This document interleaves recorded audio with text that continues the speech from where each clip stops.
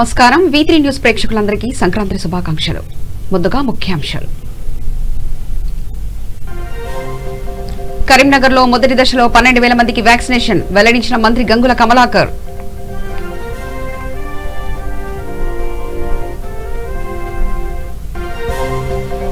తెలంగాణ పోలీసులపై దుబ్బాక ఎమ్మెల్యే తీవ్ర ఆగ్రహం. డీజీపీ మహేందర్ రెడ్డిపై తీవ్ర స్థాయిలో విమర్శలు.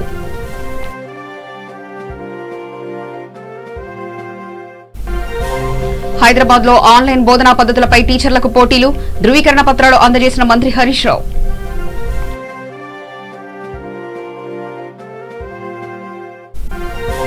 ప్రజాస్వామిక పద్ధతిలో ప్రజా సమస్యలపై చర్చించాలి. ఎంపీ బండి సంజయ్ కి మంత్రి ఎర్రబెల్లి సూచన.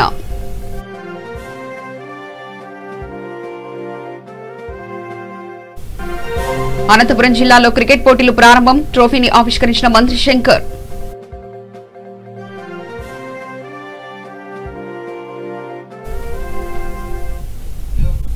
తెలంగాణలో కోవిడ్ వ్యాక్సినేషన్ ప్రక్రియ మొదటి విడతలో వైద్య సిబ్బందికి అందిస్తున్నట్లు మంత్రి గంగుల కమలాకర్ తెలిపారు. హెల్త్ కేర్ వారికి మొదటగా ప్రాధాన్యత ఇస్తున్నట్లు వివరించారు.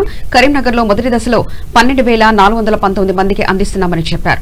ప్రభుత్వ ఆసుపత్రిలో 4,243 మందికి వ్యాక్సిన్ ఇస్తున్నామని, వాటిలో ప్రైవేట్ ఆసుపత్రి సిబ్బంది కూడా ఈ వ్యాక్సిన్లు అందిస్తున్నట్లు వివరించారు.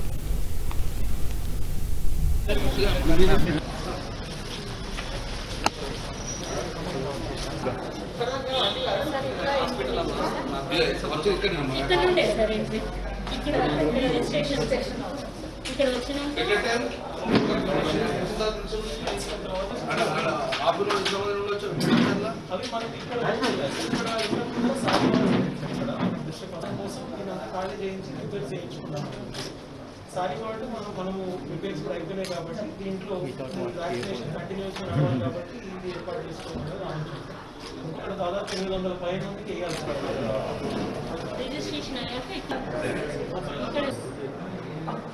వ్యాక్సినేషన్ రూమ్ చిన్నగా పర్వాలేదు సార్. వెయిటింగ్ రూమ్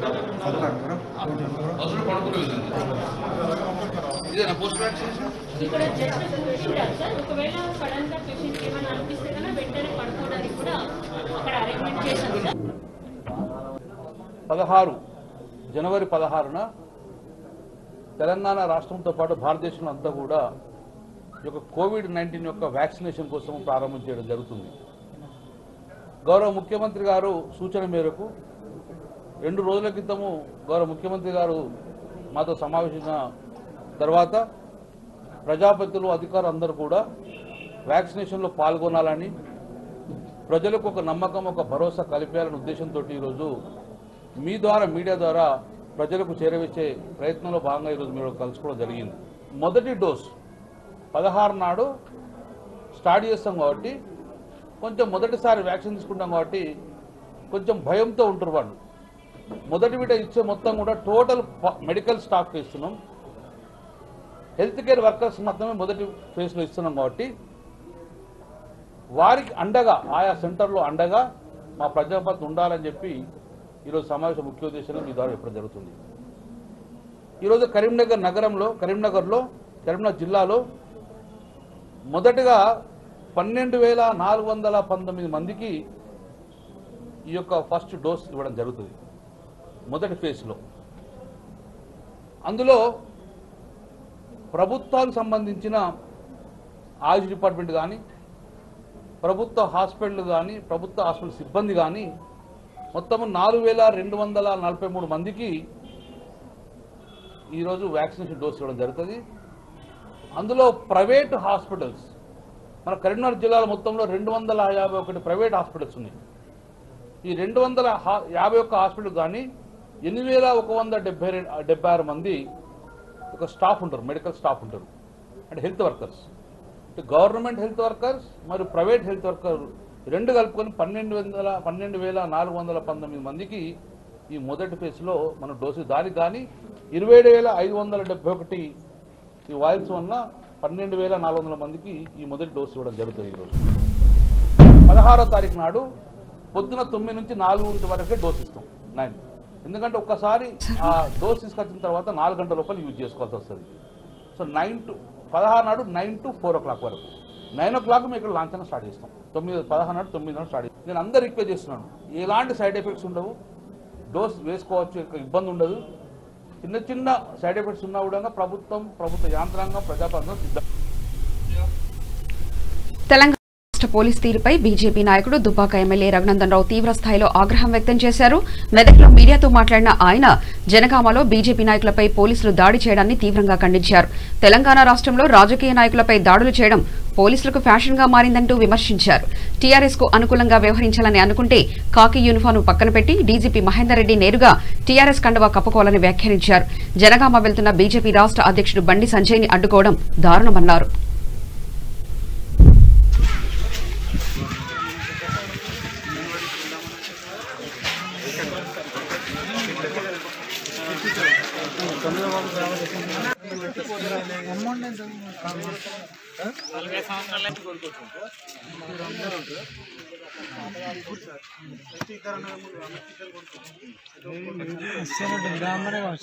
ఇన్నిళ్ళను మేము పొలం పోవడం చెప్పి వాళ్ళు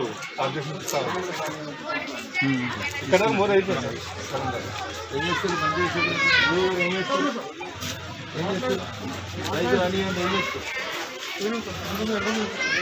వీళ్ళు ఏం చెప్తారు సార్, మీరే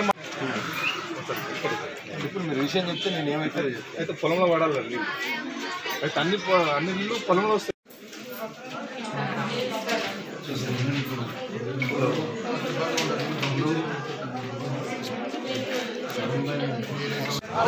సార్ వచ్చిండమ్మా, సార్ వచ్చి ఎమ్మెల్యే సాబ్ వచ్చి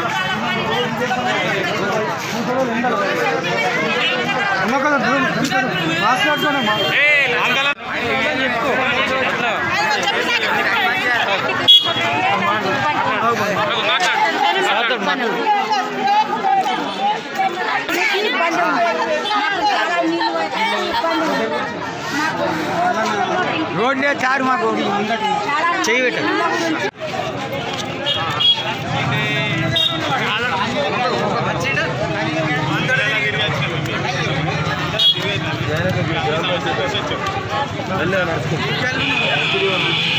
గ్రామ పంచాయతీ పరిధిలో ఉన్నటువంటి వివిధ కాలనీలని వివిధ సమస్యల్ని ప్రత్యక్షంగా తిరిగి పరిశీలించడం జరిగింది.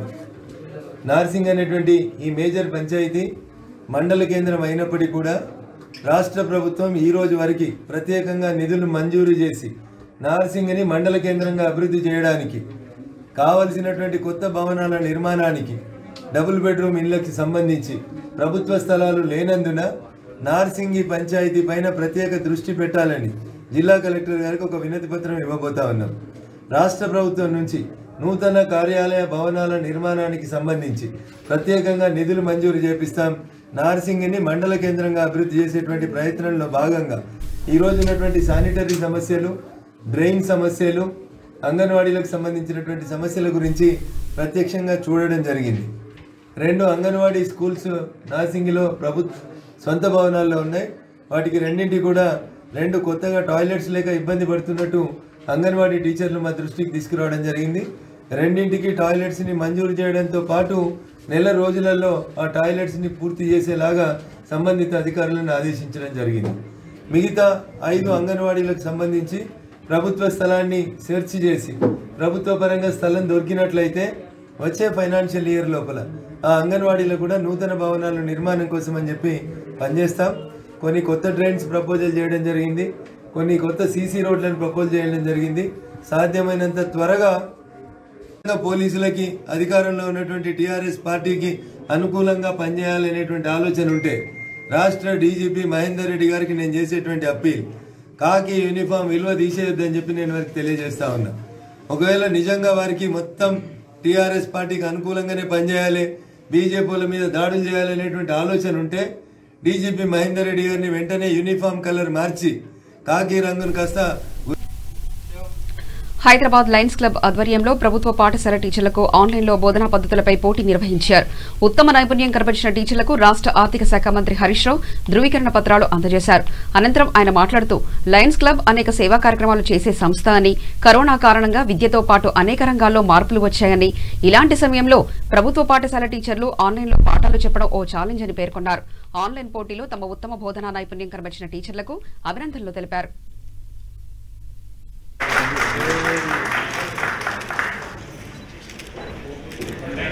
నిర్మాణ లయన్స్ క్లబ్ అంటే అనేక సాంఘిక సేవా కార్యక్రమాలు చేస్తూ ఒక మంచి సేవాభావంతో ప్రపంచవ్యాప్తంగా కూడా సమాజంగా ఒక ఛాలెంజ్. ఎందుకు అంటే ప్రైవేట్లో చదువుకునేటువంటి పిల్లలు ఆర్థిక స్తోమత కలిగి ఉంటారు, తల్లిదండ్రులు చదువుకొని ఉంటారు, తల్లిదండ్రులు కూడా ఏదో ఒక విద్యా ఉద్యోగాల్లో ఉంటారు. వారికి నేర్చుకోవాల్సినటువంటి కంపల్షన్స్ సమాజంలో అందరి మీద కూడా వచ్చింది.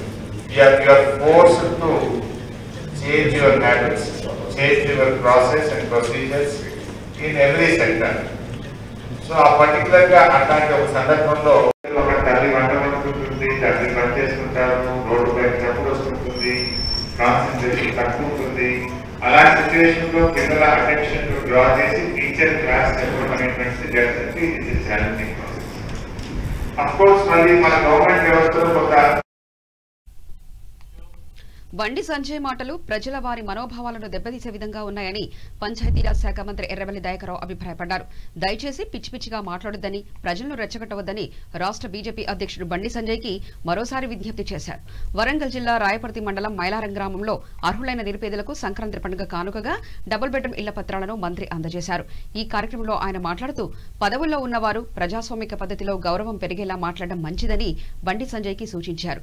ప్రజలు నేతల మాటలనే కాక పార్టీల పద్ధతులను కూడా, ప్రభుత్వాల అభివృద్ధిని కూడా చూసి గమనిస్తూ ఉంటారని, సందర్భం వచ్చినప్పుడు వారి తీర్పును ఇస్తూ ఉంటారని గుర్తుపెట్టుకోవాలని మంత్రి సూచించారు.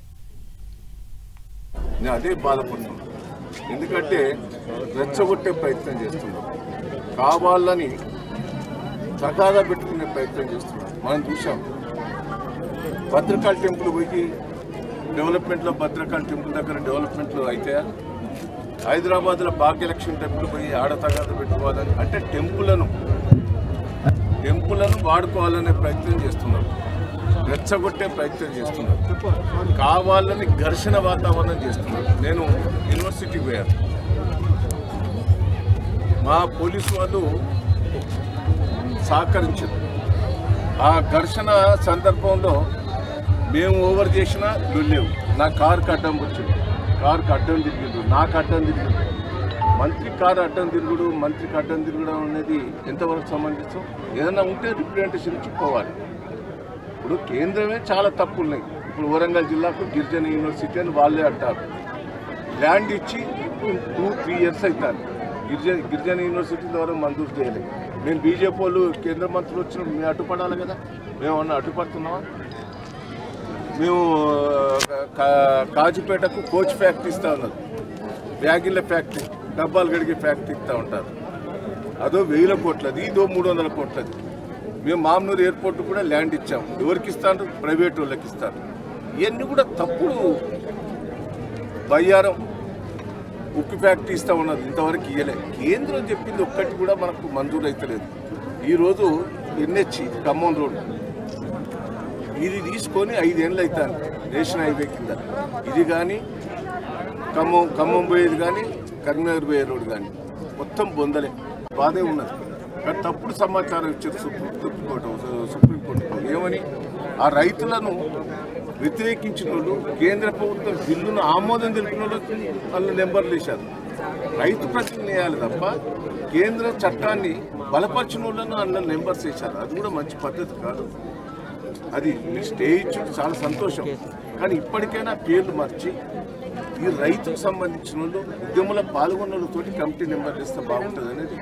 ఇవన్నీ కూడా రైతు వ్యతిరేకంగా బిల్లులు తీసుకొస్తున్నారు. ఇలా కేంద్ర మంత్రులు చాలా మంది వస్తారు, ఏమైనా అడ్డుపడుతున్నాం.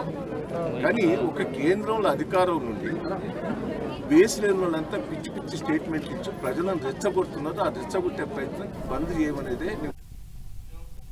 అనంతపురం జిల్లాలో మంత్రి శంకర్ క్రికెట్ పోటీలను ప్రారంభించారు. పెనుగొండలో జరిగిన పోటీలకు సంబంధించి ట్రోఫీని ఆవిష్కరించిన మంత్రి క్రికెట్ బ్యాట్ చేతపట్టి సందడి చేశారు. క్రీడాకారులను ప్రోత్సహించేలా క్రికెట్ ఆడి వారిలో ఉత్సాహాన్ని నింపారు.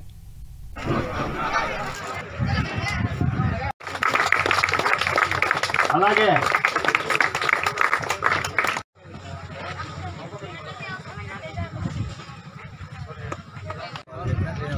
ఫోటోగ్రాఫర్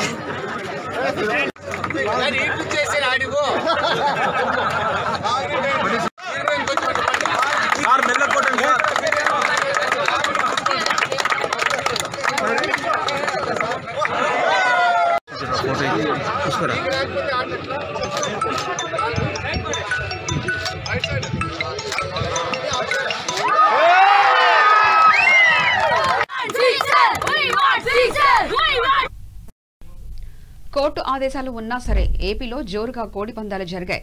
తూర్పు గోదావరి, పశ్చిమ గోదావరి, కృష్ణా, గుంటూరు జిల్లా వ్యాప్తంగా భారీ ఎత్తున కోడి పందాలు నిర్వహించారు. తూర్పు గోదావరి జిల్లా పి గన్నవరం, పశ్చిమ గోదావరి జిల్లాలో గోపాలపురం, దేవరపల్లి, కాళ్ల తదితర ప్రాంతాల్లో కోడి పందాలతో పండుగ ప్రారంభమైంది. గుంటూరు జిల్లాలోని వేమూరు నియోజకవర్గం, కృష్ణా జిల్లా బాపులపాడు మండలంలో జరిగాయి. పండుగకు కొద్ది రోజుల ముందు నుంచే పోలీసులు కోడి కత్తులను స్వాధీనం చేసుకుని అప్పటికే ఏర్పాటు చేసిన బరులను పెద్ద ఎత్తున ధ్వంసం చేశారు. అయినప్పటికీ పందెం రాయిలు ఎక్కడా తగ్గకుండా పందాలకు వెళ్లడం గమనార్హం.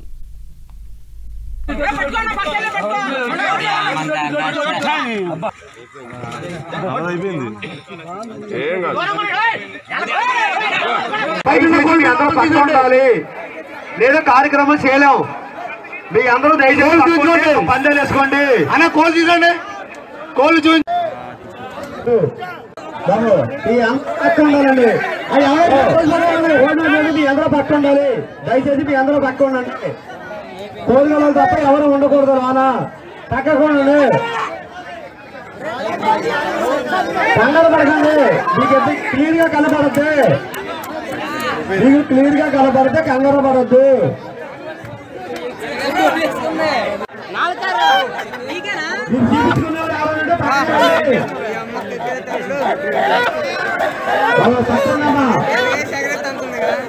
ఎవరైనా నలుగురే కోడి చెప్పరే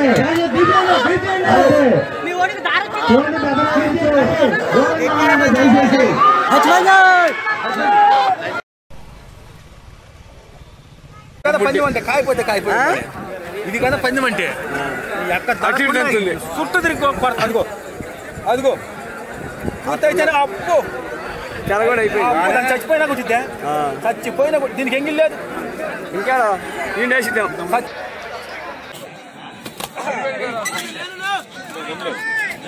బాబు అరమాకన బయట వాళ్ళు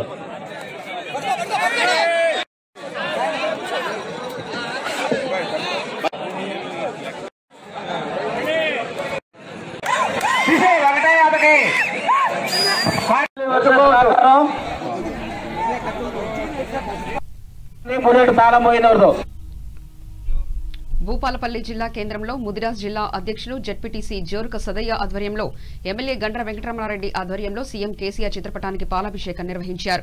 ఈ కార్యక్రమంలో ఎమ్మెల్యే మాట్లాడుతూ ప్రతి వర్గాన్ని అభివృద్ధిపరిచే క్రమంలో భాగంగా ముదిరాజుల అభివృద్ధికి 5 ఎకరాల భూమిని అందజేసి 18 సంవత్సరాలు నిండిన ప్రతి ఒక్కరికి ఎటువంటి ఆంక్షలు లేకుండా సభ్యత్వం తీసుకునే విధంగా తెలంగాణ ప్రభుత్వం జీవో పాస్ చేసిందని అన్నారు.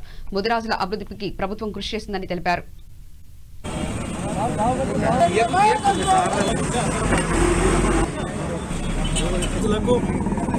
కానీ మత్స్యశాఖలో సంపదపై ఆధారపడి బతుకున్నటువంటి మత్స్యకారులందరికీ గతంలో 2.5 ఎకరాల విస్తీర్ణం చెరువు ఉంటే దానికి ఒక సభ్యుని చొప్పున ఇచ్చే పరిస్థితి ఉండే. దాన్ని గతంలో 2.5 నుంచి 2 ఎకరాలకు మార్పిడి చేయడం జరిగింది. ఇప్పుడు 2 ఎకరాల నుంచి యాదవులకు, కురుమలకు ఎలాంటి చర్చలు లేకుండా 51 రూపాయి సభ్యత్వం చేస్తే వాళ్ళకు సభ్యత్వం ఇవ్వడం, సూసైడ్లో చేర్చుకోవడం జరిగింది. ఆ కార్యక్రమాన్ని ఇప్పుడు స్కిల్ టెస్ట్, మాకు ముద్రాలు స్కిల్ టెస్ట్ ఉండాలి, ల్యాండ్ విస్తీర్ణం ఉండాలి, ఈత కొట్టుకు రావాలి, గణహిక సమస్యలు ఉంటే వాటితో చాలామంది యువతకు రాలేకపోయినాయి.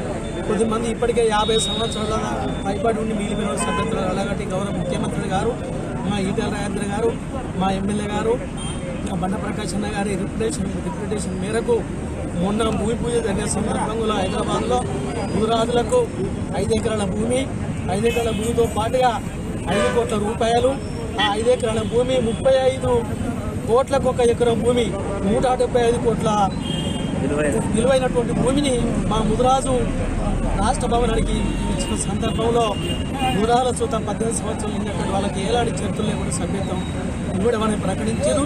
అది దాటినటువంటి యువకుడికి ఎలాంటి ఆంక్షలు లేకుండా సభ్యత్వం 51 రూపాయలకు ఇవ్వడం అనేది ఇది చాలా శుభ పరిణామం. దీనివల్ల అనేక మంది ముదిరా సోదరులకు మరి చదువుకున్నటువంటి యువతకు కూడా ఒక భరోసా వచ్చింది.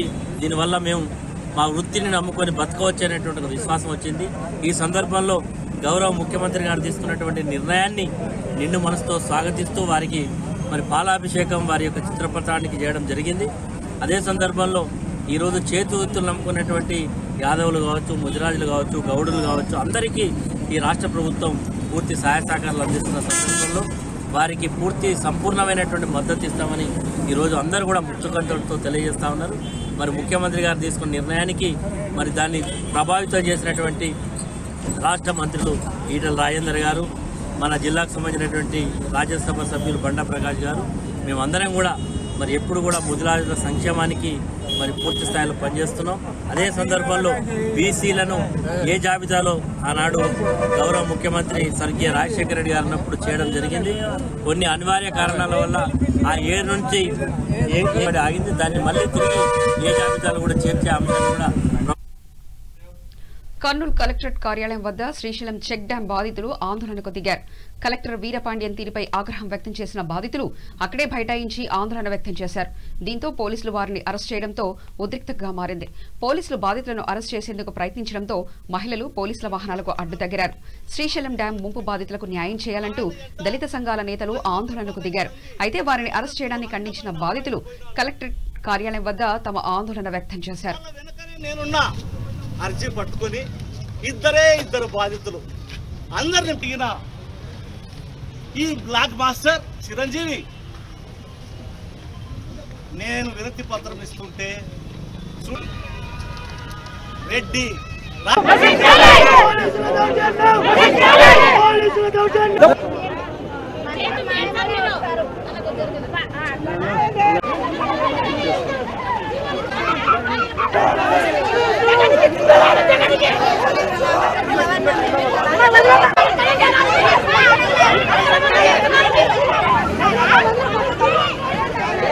గ్రామాలు ఎన్నైతే ఉన్నాయో ఆ యొక్క గ్రామాలకు ఇంటికి ఒక ఉద్యోగం ఇవ్వనేది ఒక జీవో.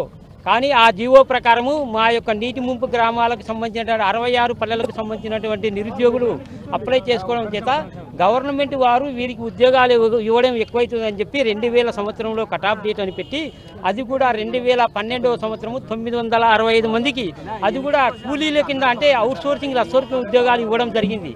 కానీ అప్పటికి ఇచ్చినప్పటికీ 2005 కటాఫ్ డేట్ అని చెప్పి ఏమి సుప్రీంకోర్టు డెసిషన్ ప్రకారం 2005 కటాఫ్ డేట్ అని నిజామాబాద్ జిల్లాలో శ్రీరామ్ సాగర్ ప్రాజెక్టు కింద ఇవ్వడం జరిగింది. ఆ ప్రకారం మేము కూడా అప్లై చేసుకోవడం జరిగింది. కానీ మాకు 2012లో 965 మందికి ఇచ్చి మిగిలిపోయిన జాబితా 674ను అక్కడే పెట్టడం చేత ఆనాటి గవర్నమెంట్తో మేము విన్నపం చేసుకోవడం చేత ఆనాటి గవర్నమెంట్ ఉన్నటువంటి ప్రభుత్వ అధినేత ఏమి వీళ్ళకి 2005 వరకు కటాఫ్ డేట్ పెట్టి వీళ్ళని కూడా వెరిఫికేషన్ చేసి ఉద్యోగ అవకాశాలు కల్పించమని చెప్పడం చేత ఎక్స్టెన్షన్ చేసి మాకు అవకాశం ఇవ్వడం జరిగింది.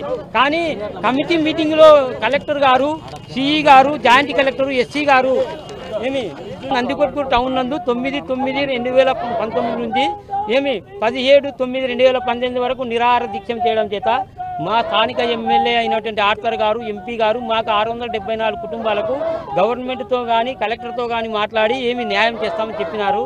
దాని ప్రకారమే మాకు మా ఎమ్మెల్యే గారు మాకు మెమో ఇప్పడం జరిగింది. సీఎం గారి నుంచి కూడా మాకు అనుకూలంగా సంకేతం వచ్చినాయి జరిగింది.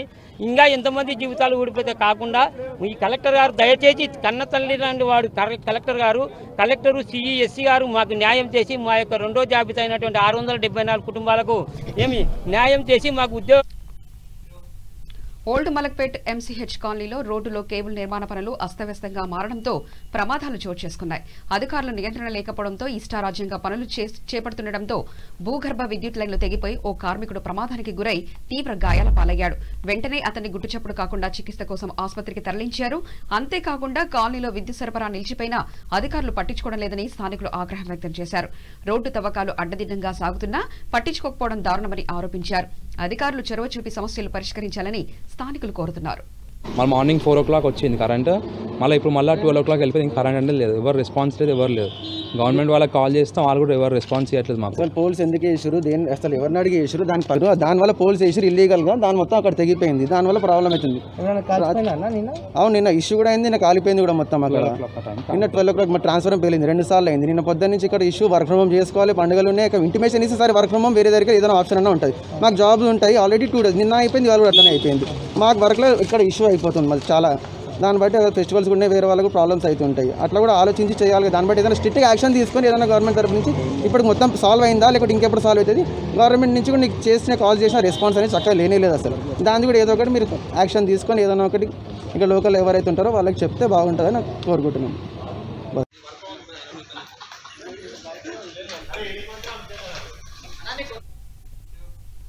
సైబరాబాద్ పోలీసులు 9 సభ్యుల చోరీ ముఠాను పట్టుకున్నారు. రాజస్థాన్కి చెందిన కొంతమంది వ్యక్తులు గ్యాంగుగా ఏర్పడి చోరీలకు పాల్పడుతున్నారు. వీరు ఎలక్ట్రికల్ పనులు చేస్తూనే రాత్రి సమయంలో చోరీకి పాల్పడుతున్నారు. వీరిపై ఫిర్యాదు అందుకున్న పోలీసులు గ్యాంగును అదుపులో తీసుకుని 55 లక్షల విలువైన ఎలక్ట్రికల్ వైర్ను స్వాధీనం చేసుకున్నారు.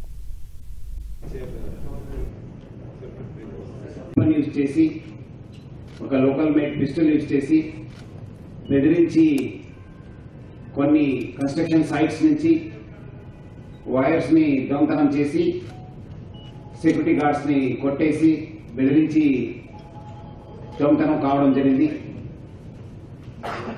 అప్పుడే మనము ఆఫెన్స్ అయినప్పుడు ఇది బయట నుంచి ఏదో టీం వచ్చిందని చెప్పి అనుమానంతో మన 3 zonal officers, DCPs, Shamshabad, Madhapur and Balanagar officers అందరు కలిసి మన డీసీపీ శంషాబాద్ నేతృత్వంలో, ప్రకాష్ రెడ్డి నేతృత్వంలో, మన DCP Vijay Kumar, DCP traffic incharge, DCP crimes, DCP Balanagar, additional DCP SOT Sandeep అందరు కలిసి ఒక టీమ్ గా ఏర్పాటు చేసి, ఎందుకంటే ఇది కంటిన్యూస్ ఆఫెన్స్ కావడంతో మనము అన్ని వింగ్స్ మన STF, crimes, law and order, SOT అందరు కలిసి మనము ఈ గ్యాంగ్ పైన వర్కౌట్ చేయడం జరిగింది.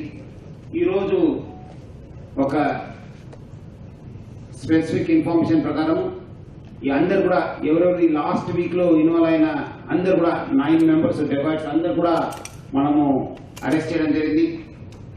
అది కాకుండా వాళ్ళకు ఈ ఎక్కడెక్కడ ఈ మెటీరియల్ అమ్మేసి తీసుకున్న వాళ్ళు 2 రిసీవర్స్ కూడా మనం అరెస్ట్ చేసి మొత్తం 11 మందిని మనం అరెస్ట్ చేయడం జరిగింది. దుండిగల్ పోలీసులు మొత్తం ఈ దుండిగల్ ఎస్ఓటి ఆఫీసర్స్ 2 కలిసి మొత్తం ఈ 11 మందిని అరెస్ట్ చేయడం జరిగింది. మొత్తం వాళ్ళు 7 ఆఫెన్సెస్ ని కన్ఫెస్ చేయడం జరిగింది.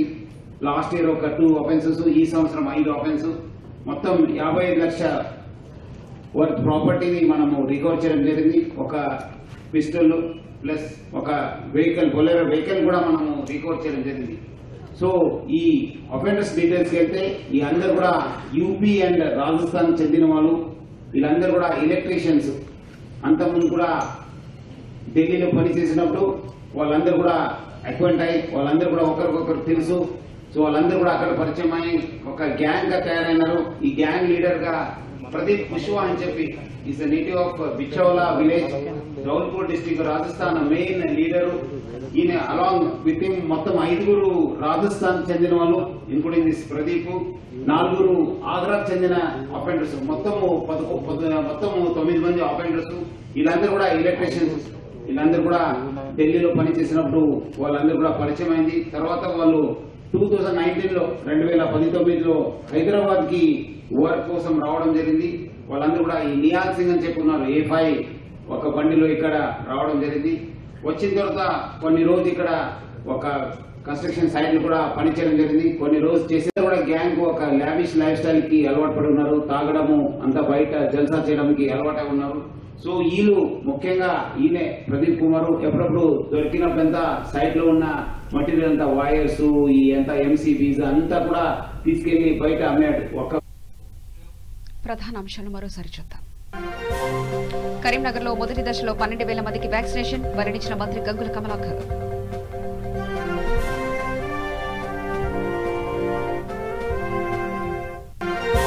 తెలంగాణ పోలీసులపై దుబ్బాక ఎమ్మెల్యే తీవ్ర ఆగ్రహం. డీజీపీ మహేందర్ రెడ్డిపై తీవ్ర స్థాయిలో విమర్శలు.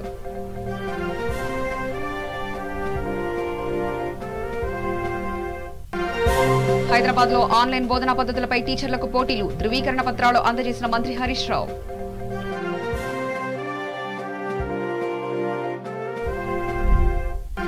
ప్రజాస్వామిక పద్ధతిలో ప్రజా సమస్యలపై చర్చించాలి ఎంపీ బండి సంజయ్కి మంత్రి ఎర్రబెల్లి సూచన.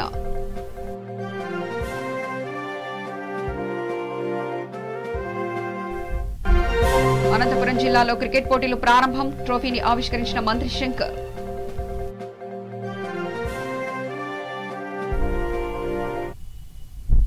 సమగ్ర సమాచార శ్రవంతికై చూస్తూనే ఉండండి. V3 న్యూస్ లక్ష్యం సమాజహితం.